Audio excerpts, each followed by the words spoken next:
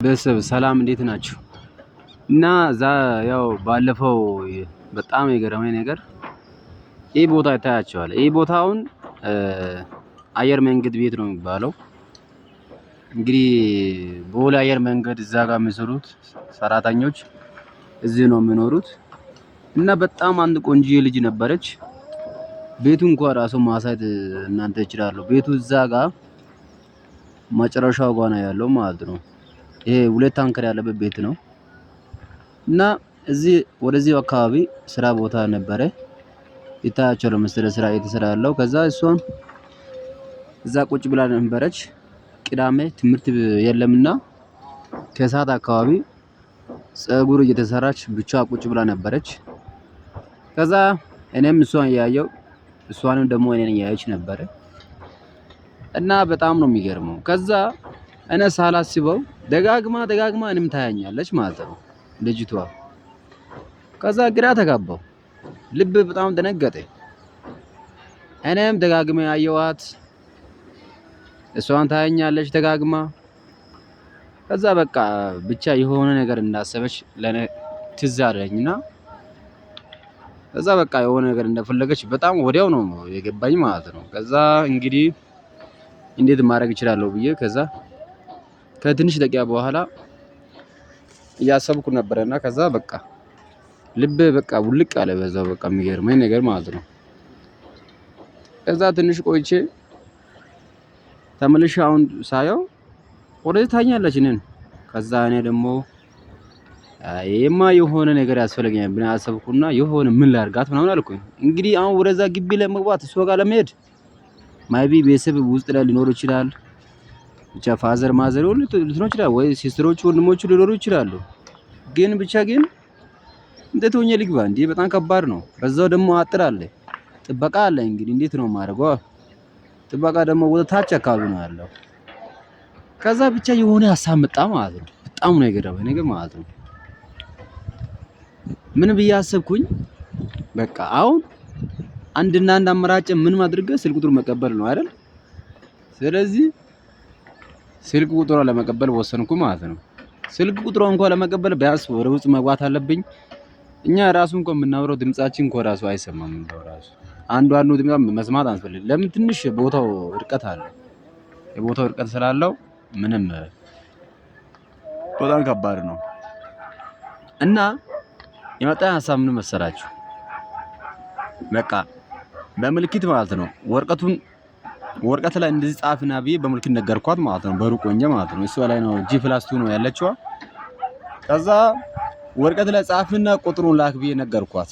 ልጅቷ ደግሞ የመጨረሻ ያራዳ በቃ በስማ በጣም ጪስ ናት። በቃ ልጅቷ ሁሉም ነገር ያግባባት ያራዳ ልጅ ናት። እና ልጅቷን ጽፈሽ ስልክ ቁጥርሽ ላኪ አልኳት። ከዛ እሷ ደግሞ በዛ ባለችበት ቦታ ላይ ወደ ቤት ሮጣ ገባችና እሷም በቃ ወደቀች ማለት ነው። በኔ ፍቅር በቃ እኔ ምን ልበለው በዛው ቆመብኝ እንኳን ራሱ ለኔ ማለት ነው። የምር ነው የምላችሁ፣ እውነቱ ነው የማወራው። በጣም ነው የሚገርመው። አልቻልኩም። በቃ ልቤ አይኔ ሁሉም ነገር በቃ በሷ ላይ ሆነ ማለት ነው። ከዛ ስልክ ቁጥሯን በወረቀት ጽፋ ላከች ለኔ ማለት ወረወረች ማለት ነው። ይቅርታ አድርጉልኝ። ከዛ ወረቀቱን ወረወረች፣ ተቀበልኩኝ፣ ስልክ ቁጥሯን ያዝኩኝ።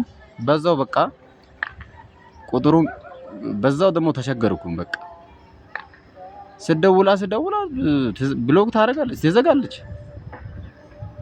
በቃ ምንድነው ነገሩ? ምን ሆና ነው እንዴ? እዛ ብዬ መጨረሻ ላይ ተርጋም ላይ እንትን ሲሞክረው ተርጋም ሰራና ጀመረን ጅንጀና ምናምን። ከዛ ደግሞ የኔ ቤት ደግሞ ያለው ወደዛ አካባቢ ወደ ነጩ ኮንዶሚኒየም ያለበት አካባቢ ነው ያለው። የኔ ቤት ይሄ ነው፣ ነጩ ኮንዶሚኒየም ያለበት። ከዛ አወራን ተረጋም ላይ ትንሽ ያወራን፣ ብዙ ነገር አወራን ምናምን። ከዛ በቃ እንደወደድኳት ነገርኳት። ስነግራት እሷም እሺ አለች። ተስማምተን ተቀጣጠርን። ከዛ ከተቀጣጠርን በኋላ ብዙ ነገር አወራን። ካወራን በኋላ ለምን ቡና አታፈይ ምናምን አልኳት። ከዛ አይ እኔ አይመቸኝም አለች።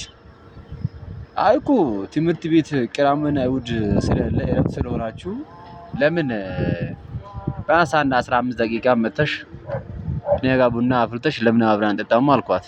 እዛ እሺ አለች። ተስማምተን ከዛ ከሰዓት እኔ ከስራ ወጣሁ። 7 ተኩል ከወጣሁ ስራ ነበረ። ከዛ አልገባው ነበረና 8 ሰዓት ላይ እሷን ይዤ መጣሁት። ወደ ቤት ያስገባሁት ቡና ምናምን ተፈላ። ከዛ ብዙ ነገር ማውራት ጀመርን። ከዛ ስናወራ በጣም የሚገርመው እኔ ከዚህ በፊት እንደዚህ አይነት ነገር በቃ አይቼም አላቅም አድርጌም አላቅም አለች። ለምን አልኳት። እሷ ደግሞ 16 ዓመት ልጅ ናት። ለምን አልኳት። ለምን ስላ ደግሞ እሷ አይ እኔ እዚህ ግቢ ውስጥ ከግቢ ስለማልወጣው ከሄድኩኝ ከትምህርት ቤት ብቻ ስለሆነ እንደዚህ ነገር አላውቅም። እንደዚህ ነገር ደግሞ ማድረግ ምን አልችልም። በጣም ፈርቻለሁ አለች። ከዛ አረ ችግር የለም አዘለምድሻለሁ አልኳት።